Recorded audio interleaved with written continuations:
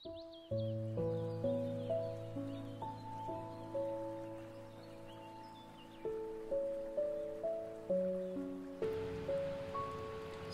malam, Ibu-ibu KWJ Maranatha, GKJ Sampangan Pratenan yang terkasih dalam Tuhan Yesus. Kita siapkan hati untuk saat teduh malam hari ini. Sebelumnya, mari kita berdoa, saya hantarkan. Ya Bapa kami yang bertata dalam kerajaan surga yang mulia, kami bersama-sama Ibu-ibu KWJ Maranatha sujud menyembah dan mengucap syukur di hadirat-Mu atas segala berkat, perlindungan, penyertaan yang telah Tuhan berikan dalam kehidupan kami. Pada malam hari ini, kami akan mendengarkan sabda-Mu. Kiranya Roh Kudus hadir di hati kami masing-masing, sehingga mampu mengerti dan melakukan kehendak-Mu. Sertai dan pimpin hamba-Mu yang membawakan firman Tuhan. Ampuni segala dosa dan kesalahan kami. Hanya dalam nama Tuhan Yesus Kristus, doa ini kami panjatkan. Amin. Ibu-ibu yang terkasih dalam Tuhan, saat teduh malam hari ini, saya berikan tema kemurahan Tuhan. Kita ambil dari kitab Matius 5 ayat 1 sampai 13. Demikian firman Tuhan. Khotbah di bukit, ucapan bahagia. Ketika Yesus melihat orang banyak itu, naiklah ke atas bukit, dan setelah ia duduk, datanglah murid-muridnya kepadanya. Maka Yesus pun mulai berbicara dan mengajar mereka, katanya, "Berbahagialah orang yang miskin di hadapan Allah, karena merekalah yang mempunyai kerajaan surga.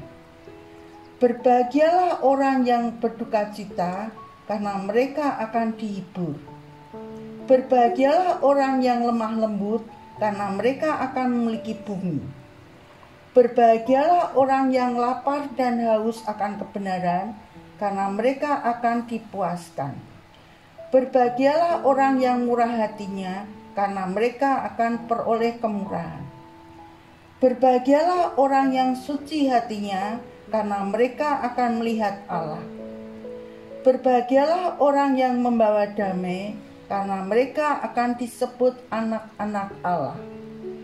Berbahagialah orang yang dianiaya oleh sebab kebenaran, karena merekalah yang mempunyai kerajaan surga.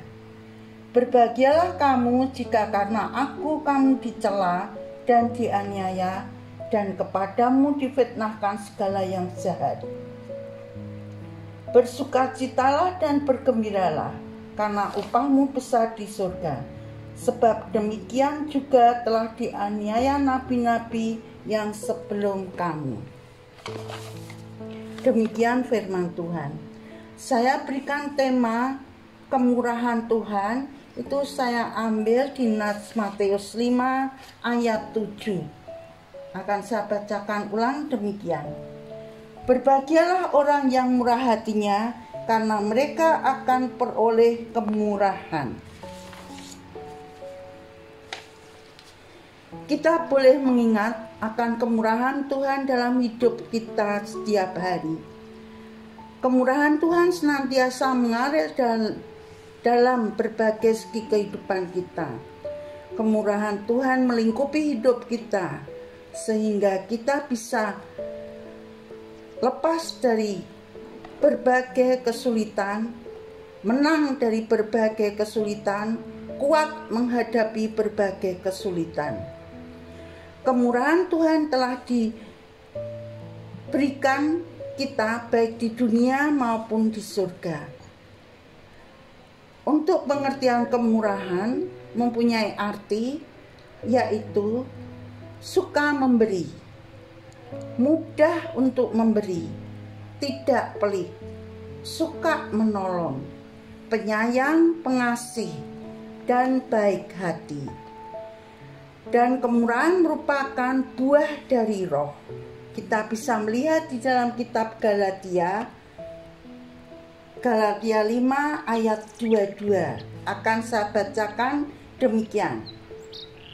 Tetapi buah roh ialah kasih, sukacita, damai sejahtera, kesabaran, kemurahan, kebaikan, kesetiaan.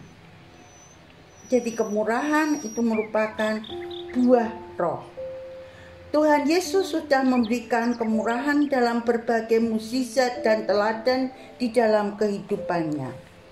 Contoh-contoh daripada kemurahan Tuhan bisa kita lihat pada waktu Tuhan menyembuhkan orang buta dan menyembuhkan orang lumpuh, menyembuhkan orang yang mengalami pendarahan yang lama waktunya. Semuanya disembuhkan dengan mukjizat Tuhan. Itu karena kemurahannya. Yang kedua, membuat orang berdosa menjadi baik dan bertobat. Kita lihat dalam peristiwa Sakeus, si pemungut cukai. Yang ketiga, kita bisa melihat di mana kemurahan Tuhan ada di keluarga Maria Marta, yaitu pada saat Tuhan Yesus menghidupkan saudara, yaitu Lazarus. Di situ Tuhan Yesus tidak hanya menghidupkan Lazarus, tetapi juga memberi penghiburan, penguatan kepada iman percaya Maria dan Marta. Kemudian memberi makan 5.000 orang dengan 5 roti dan 2 ikan. Banyak lagi kemurahan Tuhan yang ditunjukkan. Antara lain juga mukjizat air menjadi anggur. Dan masih banyak mukjizat lainnya lagi.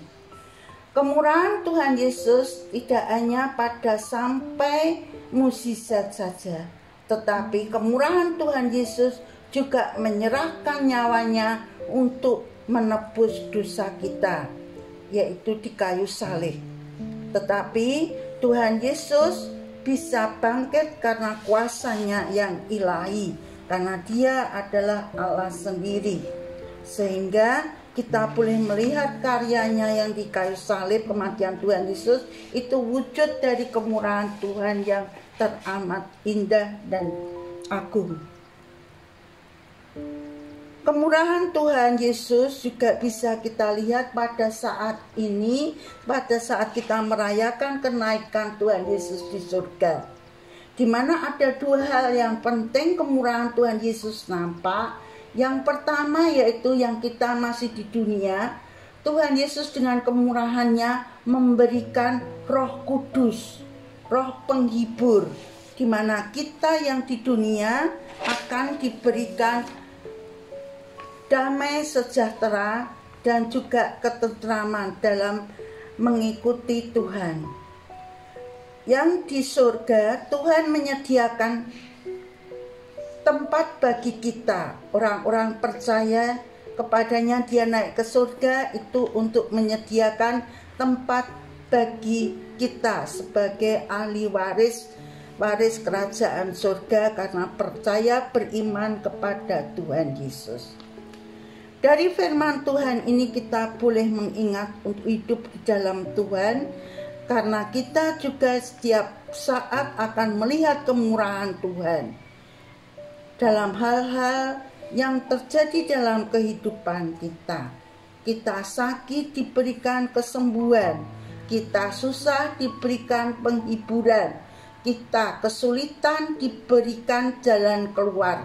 Setiap langkah hidup kita akan dinaungi oleh kemurahan Tuhan dalam hidup kita jika kita percaya dan beriman teguh kepadanya. Dan kemurahan Tuhan hendaknya juga kita masukkan di dalam keluarga, sehingga seluruh kehidupan keluarga Allah yang sudah dibentuk melalui keluarga kita masing-masing bisa merasakan kemurahan Tuhan itu dalam lingkup kehidupan keluarga kita masing-masing, sehingga ada di dalam karya Tuhan. Demikian firman Tuhan untuk malam hari ini, saat teduh ini.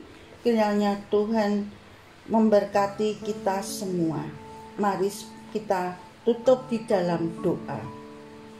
Bapa kami yang bertahta dalam kerajaan surga yang mulia, terima kasih akan firman-Mu, di mana kami boleh mengerti, kami boleh melihat karya Tuhan, kemurahan Tuhan dalam kehidupan kami.